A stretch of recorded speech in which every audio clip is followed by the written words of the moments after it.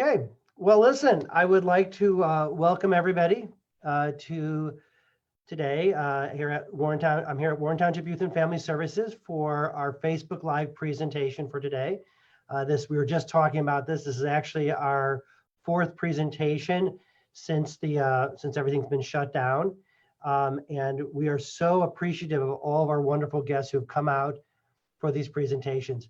We'll be running this from 2 o'clock to 3 o'clock, but we'll end anywhere it naturally does. You're invited to send us questions on Facebook Live, but this will be recorded, so please let a friend know about the presentation. So just to get it started here, just so everybody is sort of reminded, Warren Township Youth and Family Services continues to provide counseling services to the residents of Warren Township. All of our services at this time are at no cost. We serve children 0 to 17, young adults 18 to 21, and we've also expanded our services. We are also doing non-clinical, but more sort of coaching and support for parents as well.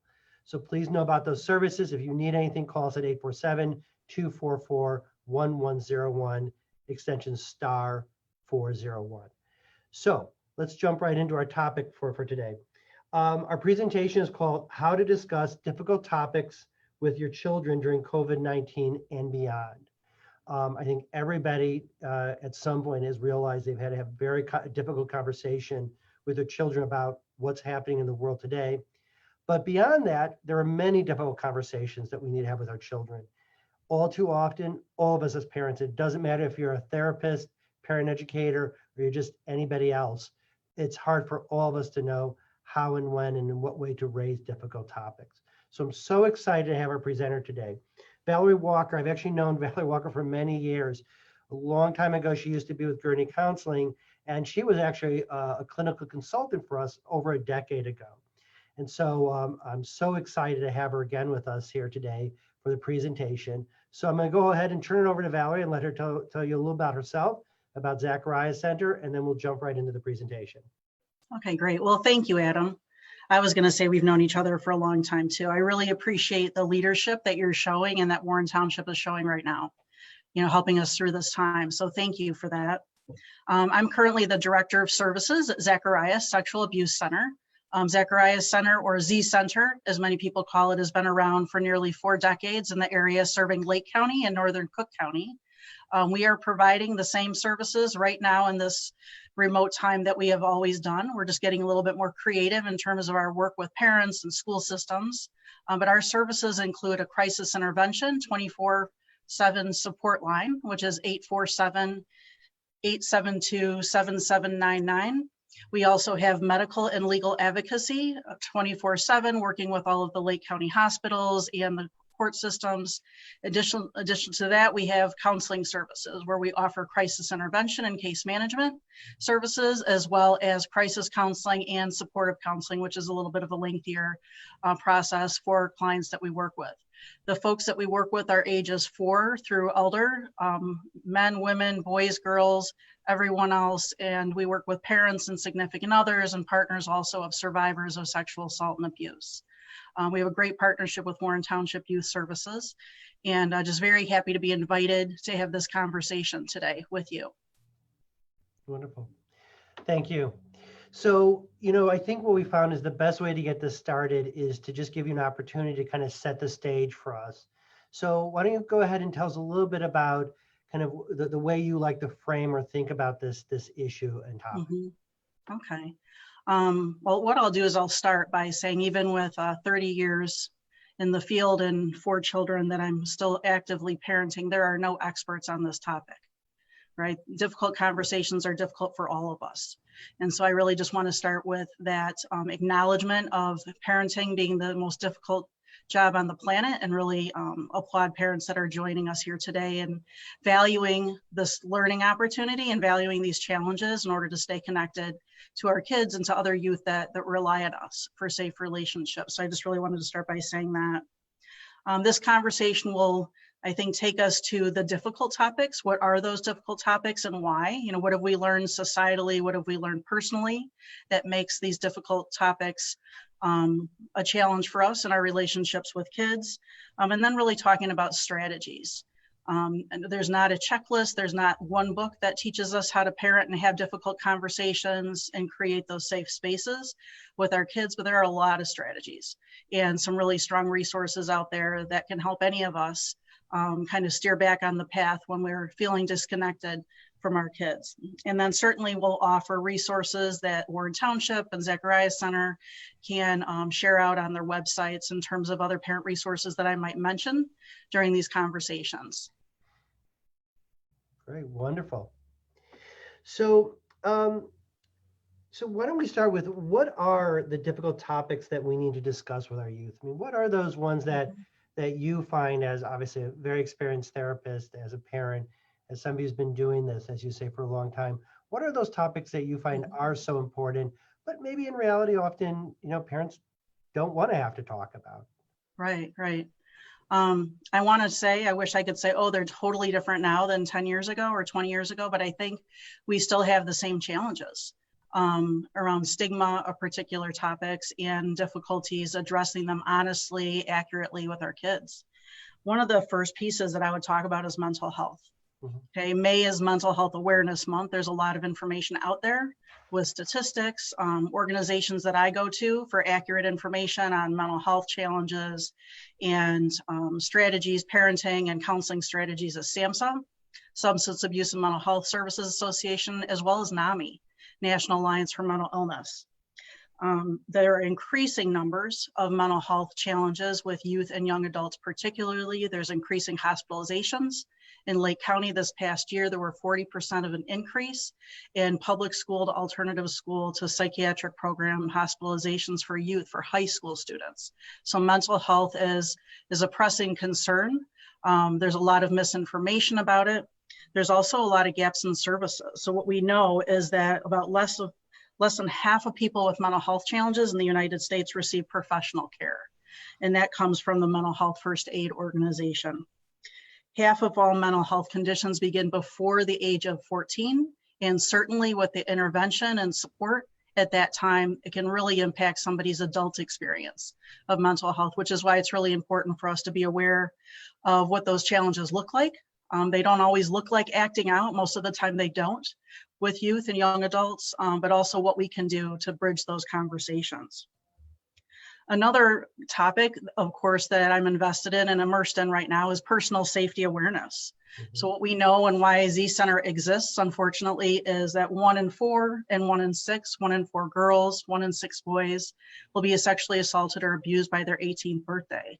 We also know that 80% of the people that will assault them and abuse them are people they have relationships with. So Z Center is dedicated ongoing to this conversation, whether it's through prevention education programs in our schools, to parent education and educator training, but also looking at increasing awareness of all of the other issues that relate to personal safety. So cyber safety, bullying, certainly sex trafficking, which is increasing in terms of youth and young adults. And also the need for families to know what to do in having these conversations with kids, not just our daughters, our sons also, having these conversations about personal safety awareness, which starts and ends with social and emotional skill building in our kids, as well as setting boundaries, as well as knowing really how to listen to oneself. And that'll bridge to our conversation later about listening and conversations with kids. But I think personal safety awareness is the second piece. The other ones that I would acknowledge as difficult topics are substance abuse, which is certainly something that I'm very invested in from a youth prevention education standpoint. There's a general awareness of increases in vaping and vaping related deaths. There's also an increase in the perception that vaping and marijuana is not dangerous. And that information comes from the Illinois Youth Survey. From my work with families at Z Center and also with my participation with my local Mundelein stand-up, we know that parents talking with kids, talking with their own kids, talking with other kids they have relationships with, plays a huge factor in lessening the use of substance abuse among youth. So that, again, that conversation, talking with our kids aloud and often and listening to our kids is a huge preventative factor. The other pieces that I think are difficult right now, and again, there's a lot of support around that, is youth identity issues, whether it's around gender identity, sexual orientation, self-image, body image, but really focusing on, as much as we, particularly for middle school and high school students, think that that's kind of a rough, angry kind of acting out time. It's also an incredibly vulnerable time. And the relationships that surround youth during that time are instrumental in terms of grounding and supporting and respecting kids, letting them be safe with themselves, giving them the value in themselves so that they can make self-preserving choices. But the identity issues, I think, is a common piece also. The last piece, and this directly connects with the COVID-19 time right now, is fear, loss, security issues with youth, fear and loss and security issues with families. I came across a resource that's from an organization called Grow Therapy, Child and Adolescent Mental Health and Wellbeing. And it talks about that our fear and loss is so much a part of the extra anxiety that youth are going through right now, that families are going through. And I'm going to use high tech to kind of share this with you. These are the stages of grief according to the COVID-19 virus. So we know about stages of grief in terms of fear and loss, if somebody loses a loved one, loses a pet, but these are related to the COVID virus. So the denial piece is this virus won't affect us. The anger, second stage piece, is you're making me stay home and taking away my activities. The bargaining piece, which is the third one, is okay, if I social distance for 2 weeks, everything will be better, right? We've all had these conversations with ourselves. The next stage, which is sadness, which sometimes looks like depression if the expression of sadness isn't made available, is I don't know when this will all end. So kind of feeling helpless. And then the last piece is acceptance, is this is happening and I have to figure out how to proceed. So I think that's where parents come in terms of partnering with kids on how do we do this together. So yeah, I think that's a lot, Adam, but mental health, personal safety, substance abuse, identity issues, and fear and loss. So I know in a moment we'll talk about sort of the how-tos, right? Some of the nuts and bolts of how to kind of raise these issues and talk about them. But can you just take a moment to say something about the fact that we all know these are good things to talk about or talk to with our kids about. We know this is preventative in nature when we have these conversations. Why is it that and I know it's probably not one answer, but why is it that it is so difficult for us to have these conversations? Mm-hmm. I think that one of the first pieces, and this isn't necessarily the only piece, is social stigma, right? We certainly are raised cross-culturally with different messages about mental health, with different messages about personal safety, whether it's sexual assault and abuse or domestic violence, and what we get to talk about to people outside of our homes and families. So I think the social stigma plays a huge piece. And we can have a deep conversation just about that one reason why it's difficult for any of the topics that we talked about, right? So I think social stigma is a big piece, and that affects children. It also affects adults. And I think it almost affects adults in a bigger way in terms of making it harder for us to say, hey, it's okay to have this conversation. It's okay to be messy with this. It's okay for me not to know like all of this, but to know that I'm with you and wanting you to start to feel better. So I think the social stigma is piece. The other one, and this is not particular to US culture, actually in our, whatever US culture means, as if we're one culture here, right? But I think a lot of communities, cultures, that are more collectivistic in terms of support of each other across kinship systems, extended family, really are used to taking care of things for themselves. And we have a large population in the United States that certainly cares for themselves and each other that way. But there's also this very individualistic culture, which is we have to be okay, and if we're not okay, we can't talk about it. So there's a lot of avoidance and denial around difficult topics. Avoidance and denial that also is a factor in healing and recovery is why at Z Center, most of the folks we work with are not acute sexual assault survivors. They're survivors that have been trying to develop coping skills, mucking through mental health challenges, tackling difficult relationships, and we get them years later, even for smaller children. So that early awareness and offering support and resources right away with this is really important. The biggest piece, I think, in terms of why these are difficult topics is our personal experiences, right? So just to be real with you, if we have a personal experience around mental health or addictions or our identity issues or unresolved fear and loss, it's going to make it a lot harder as a parent to be clear and be emotionally present and being able to really listen to a child or teen from their perspective. If we're still working on ourselves, it's going to be really harder for us to shift focus. And I say that in a very non-shaming way. And this belongs to all of us, right? We all have things that we're working on. But similar to people in the helping professions, if we're not working on ourselves, it's going to be really hard for us to bear witness and really truly support and listen to somebody else. So I think personal experiences. An example that I come up with what I use in the families that I work with at Z Center is oftentimes for young children, we try to teach them, use your words, listen to yourself. What do you need right now? Go talk to your brother or sister and come up with a plan for how you can work it out, right? Those are things that we try to build in terms of developmental skills in young children. A lot of us as parents don't have those skills of using our words, listening to ourselves, identifying what we need.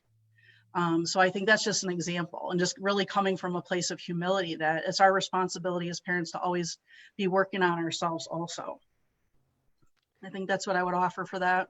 Yeah. So in a moment, I know we're kind of going to the nuts and bolts pieces of kind of like almost the how-to. I did have a question from a parent, and you can choose to answer it now, or if you feel like you're going to get to it later. But the parent was asking this really wonderful question, which I think we all, struggle with, which is there a good resource? Frankly, is there even a chart or some kind of good resource that sort of says, here's the way you approach this issue at this age? So for example, bullying. We obviously talk about bullying different at 5 than we do at 15. Right. Do you have a good resource? And again, if we have anything that we wanted, we could always post it after this on the Facebook page. But is there a good resource that you're aware of that has a nice sort of way of organizing that for parents? Yeah, I have actually a few that come to mind and around different topics, but I think that they can be universal too. Okay. Is the Sandcastles Way. Oh yes, I love that. Yeah, thank you. A book by Daniel Goleman, I want to say, long-time resource that really talks about how to talk about divorce and loss and family changes at different ages and stages with kids. And I think a resource like that can be used for talking about other difficult topics, is how do you really come from a place of understanding the developmental stage of the child. Another piece that I would reference, which I'm a very big fan, is the Search Institute's research on developmental assets, which really talks about, specific internal resources and assets and external resources and assets kids need at different times in their life. And so that's great parenting information. But a lot of those assets are really about, building extra social capital, if you will, in the lives of kids so that they have many people to go to in addition to parents. Those are a couple of pieces that come to mind. I don't know, Adam, if you're thinking of others as well. No, just right off the top of my head, I don't have anything else, but both of the ones you mentioned were fantastic. Yes, the search, we use a lot of material from the Search Institute. And then of course, Sandcastle Way, I've used with 100 families over the years. In fact, I used to have a copy on my shelf. I look back there. I think I lent it to somebody. It's not there anymore. So, so talk a little bit about what is our role and responsibility as parents and caregivers and engaging kids in these difficult conversations. What's our responsibility? And let's start talking a little bit about that kind of how you do it. Okay, all right. I think one piece I would want to address in terms of responsibilities is understanding a lot of the expectations and myths about parenting, right? There's myths and facts about a lot of things. I was driving somewhere, probably not very far the last couple of weeks, and something came on a radio of a psychologist making a recommendation, or maybe it was some other, helping professional, but she said, if you're okay, your kids will be okay. So parents have to be okay. If you're okay, your kids will be okay. And it didn't sit with me very well. And then by the time I got home, I think I was a little bit angry about it because I was like, wait a minute, this is not okay, right? Is this idea about the message behind that is like, if I'm not okay, I can't address it. I can't resolve it. I can't express it. And if we're giving that message to kids, we're really reinforcing that avoidance and denial piece, which is if you're feeling kind of off today, you just have to stomach it and not address it. And I think the message that the person was saying was really about taking care of yourself, right? But I think that the more that we can model what we do as parents when we're having an off day, or if we're having ongoing mental health challenges or physical illnesses, is what we do to work through it. You know, the sources of support that we go to, how we express it, how we own it. So we're not placing our responsibility on our kids to take care of us, which they very easily do when we're not okay. But I think that just understanding the myth about needing to be okay and having it all together. And I know there's a myriad of resources out there, mostly on social media, that address that. I came across a note that a dear friend sent me that I was actually going to just reference here.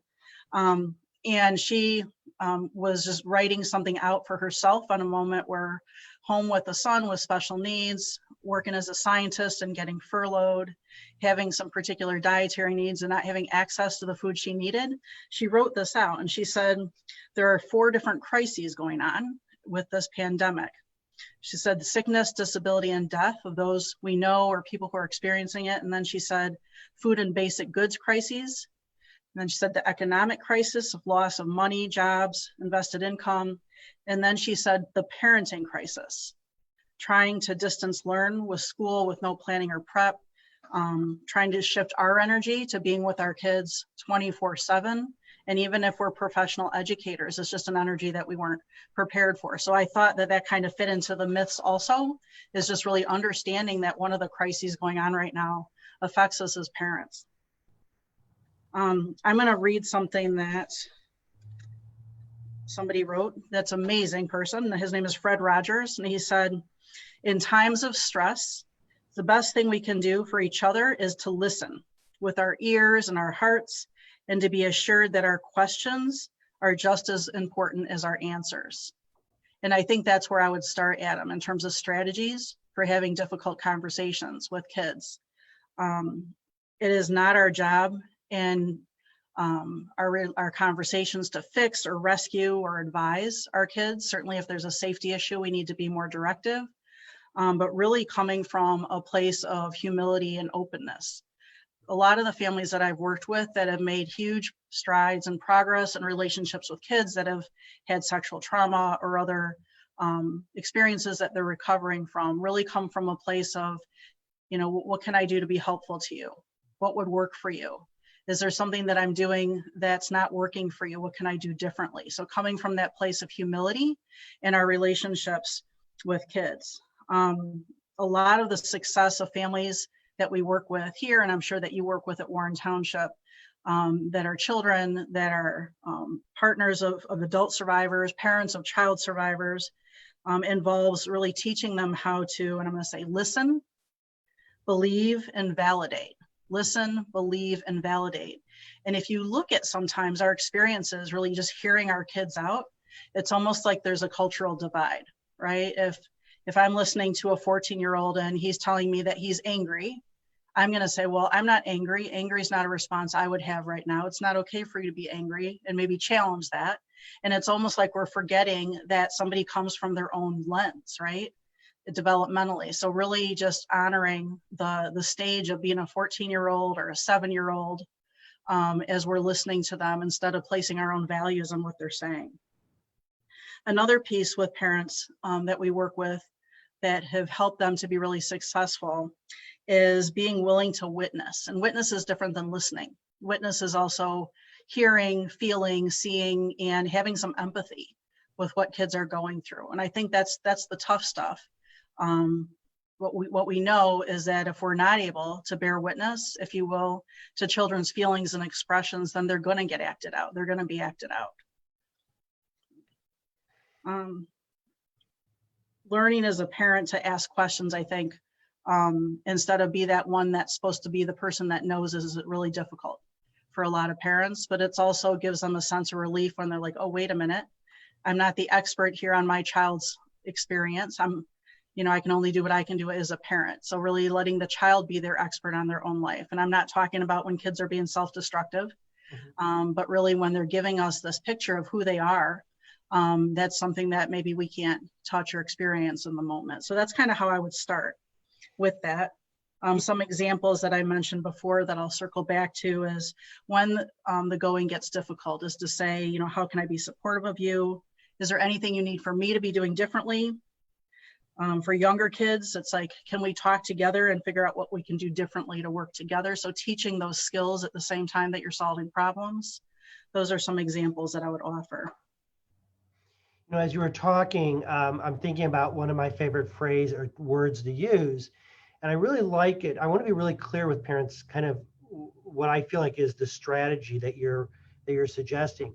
So one of my favorite words to use in therapy is curiosity. Right. Is to shift your brain from judgment, from all-knowing, to just being curious. And that if you want to have a difficult conversation with a child, what I almost hear you saying is, and you may say it in different ways at different ages, but essentially is beginning with, so what do you think about this subject of bullying? What do you think about what's happening in the world around COVID? Now, again, maybe with a 15-year-old, you can be very direct in that way. And maybe with a 5-year-old, it might come through some play. You might see an opportunity when the child's playing with something and you say, oh, you know, that character's, that doll's being seems like being kind of rough with that doll. What do you think's happening there? And so what I hear you saying is begin the conversation with questions, showing curiosity. And I really also want to emphasize something you said that I thought was just really spot on, which is that most of us forget a lot about what teenage culture is like and the pressures. And so when we approach kids with difficult topics as if we know everything, that often is the biggest turnoff, right? I mean, I think that's what you're getting at. Yeah, and it is a turnoff. I live with kids. I know that that's a turnoff. But it also, in terms of a lot of the support structures for kids, whether it's a youth group at a religious organization, a sports team, a club at a school, those are all anchors for kids that also are not existing in the same way right now. Those anchors really validate kids. It validates their identity. They don't have to be on. Those types of relationships within smaller groups are just incredible resources in terms of supporting kids' identity development that we talked about before. So much of what we do in our interactions with kids turns into tasks. And I know I'm guilty of this, of, you know, tell me what you're doing. What's your plan for the day? I see you're taking a test on the whiteboard. I don't know that I would want my very significant relationships to start every conversation of what have you done lately, right? And we certainly don't want to just be valuing the tasks or valuing our kids' performance, which is a whole nother session in terms of what we do with kids around music and sports. But wouldn't it be nice to say, how are you? Tell me a story. You know, what is a way that we can spend some time together today? When are you going to take a break? You know, so that we're really asking how they are instead of what they're doing. And I think it really shifts the value, as it does in many of our relationships, to have a value in the relationship that's more than what we do. So thanks for listening and picking that out, Adam. Yeah, I mean, it kind of gets at that idea of compliance-based parenting versus attachment-based and being really engaged with kids. Not setting the stage that everything's simply about what they're doing or that they're doing exactly as you want. Right. I'm going to kind of shift a little because I'm curious. You know, what I almost hear you saying also is that, you know, it sounds like what you're getting at is this idea that you can't just think one day you're going to sit down and raise difficult topics if you aren't creating the right atmosphere in your parenting. So are you kind of getting at that idea of? I was actually going to talk about it in a few minutes. Jump right into it. No, I'll jump into it now because I have another source that I was going to reference here is, creating safe spaces, whether it's in a client counseling relationship, aunt-nephew relationship, parent-child relationship, is something we do over and over and over again. And what I've learned, what I know, what I get reminded of when I don't come from this place in relationships with kids is that creating consistency, being dependable, walking your talk as a parent, you know, having that own integrity for ourselves, listening to our children's needs, not what we think they need or they should want, but really listening to what they need and being willing to adapt to that. When we can, all of those pieces create safe space over and over again. When we talked a little bit ago about developmental assets, it's about what are safe, protective, mentoring, teachable relationships that we can offer to kids in their lives, including parents beyond parents. But there's no other way that the kids learn how to listen to themselves or even learn boundaries if we're not creating that safe space. There's a lot of resources right now and working with families around supporting parents to set boundaries in difficult topics also, particularly around COVID, that it's not something that we should be talking about all day long over and over again, right? And I offer that because what I thought you were going to say is a mental health conversation, body image conversations isn't something that we sit down and have once. We do it over and over again. But even with any difficult topic, we also have to take breaks with it. So I think setting boundaries right now with kids, for ourselves, so that we can also have that time where we're valuing ourselves beyond everything we're doing is important. I really appreciate that. I actually think what I have found with parents that one of the best strategies is if there is a topic they want to talk about, rather than creating almost like this contrived, like something out of a after school movie where the parent sits down at the kitchen table with a cup of coffee or something with the kid. Sometimes the best thing is if the parent knows they want to raise a topic. If you're just around your children, it's going to come up. I mean, whether it's in a movie or a TV show, Yeah. It's really being mindful of not just one time, but repeatedly in different situations at different times, talking about bullying. You see it on this TV show. Maybe something happens on the school bus on the way home, and the parent says, "Wow, kind of what's the difference between joking with somebody and bullying somebody? Like when does that cross a line?" And I think that idea of just integrating it into your life and looking for the opportunities rather than sometimes trying to force it. Not that there shouldn't be times where you may need to sit down and have that conversation, but I hear you just say, try to make it part of your life. Right. The other piece I would offer is that sometimes parents, okay, we all have to sit down and talk about this, and they do it over food. Yeah. Okay. And I think that that's problematic in terms of what like healthy meals, healthy lifestyles, healthy feelings around food looks like. And I think parents do it because we get comfort out of sitting around food. I don't know. You said the coffee piece, so it made me think about it. But yeah, these are ongoing conversations.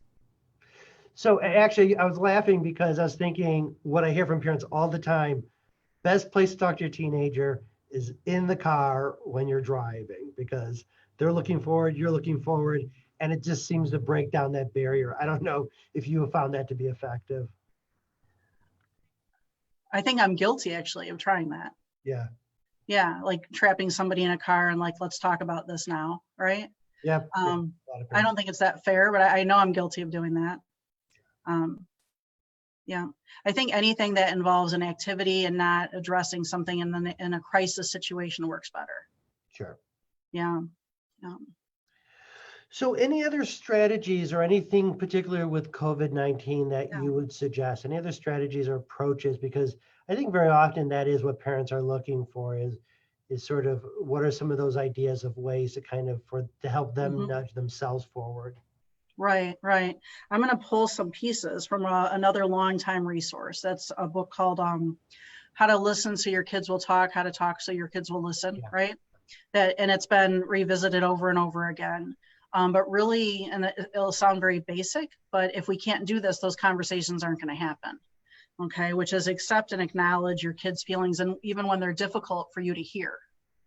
Okay, because if that expression, that safety of expression cannot come out in a parent relationship, it's going to be acted out, or it might contribute to, mental health challenges if the message is that you don't get to have that feeling or express it, even if it comes out pretty sloppy.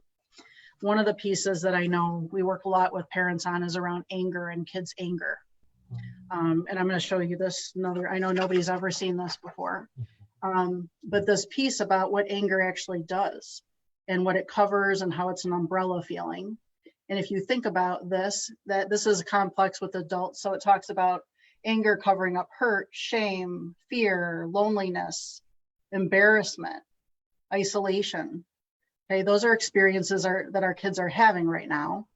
And so being particularly open to that expression of anger, knowing that it's not dangerous for us to hear our kids expressing it, but also to ask those other follow-up questions, like you said, Adam, from a place of curiosity, right? So that we're not judging their feelings. Another piece that I would offer, just in terms of the staging of it, is, and this might relate more to younger kids, is especially in this time right now, and it's not about not setting boundaries, but instead of using punishment, use cooperation, focus on a relationship.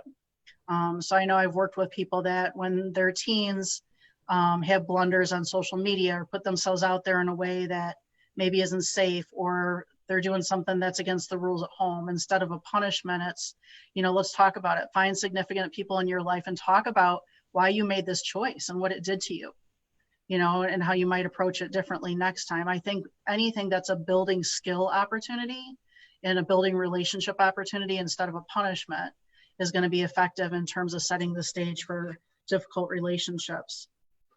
And then another piece on here is just really encouraging autonomy. Kids need to also have their own intrinsic checks and balances in terms of feeling good about themselves. So if everything that's reinforcement for them comes from us, they're not going to develop their own sense of self. And without that sense of self, they're not going to be able to figure out what they feel and need and want in those difficult conversations, because the conversations are not about data dumping or just providing information to kids. It's about resolving feelings and building resources and building strategies for our kids so that they can, focus on their own wellness. I know that that's been a big topic lately with college students coming home. And again, just the ungrounding in terms of lack of access to social time and social experiences and new friends that they've made in college, and coming home and having to go through the transition of, wait a minute, I was at college, now I'm home, now I'm in my parents' house, now all my work is online. What do I do with this? Is really, from a parenting perspective, working to treat them like a young adult that's independent, has autonomy, can make choices about what they're doing through the day. And that's a piece that kind of connects with that in terms of encouraging autonomy. The other piece, I think the other pieces is really just looking at what are the lessons in this in terms of challenges as parents and our relationships with kids, but what can we take away right now from strategies for building those relationships, addressing difficult topics. And I think one of those pieces is really community care. So focusing on the care of our family, but also connecting our kids with the ability to care for their extended community. And some of this can be done right now through paying attention to neighbors and what neighbors need. But also there's some, I think, really solid resources. There's long lists, but there's also really short lists. And I'm going to pull something that comes from a book called Trauma Stewardship.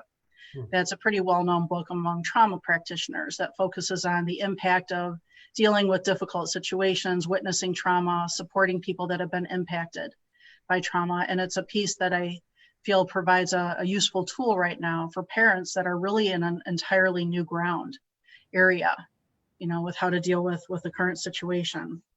So the 4 pieces are rest, relaxation, and I'm not saying that thinking that that's easy, but making sure that we're getting enough sleep and that we're taking mental breaks. And I think especially for people that are working at home all day or in front of screens for longer periods of time is really taking screen breaks for ourselves, and modeling this for the kids as well. The second piece is social connections and companionship. The feeling of isolation, even with families at home, but a lot of folks that are individuals at home are missing out on this need. So the social connections, the companionship is really important.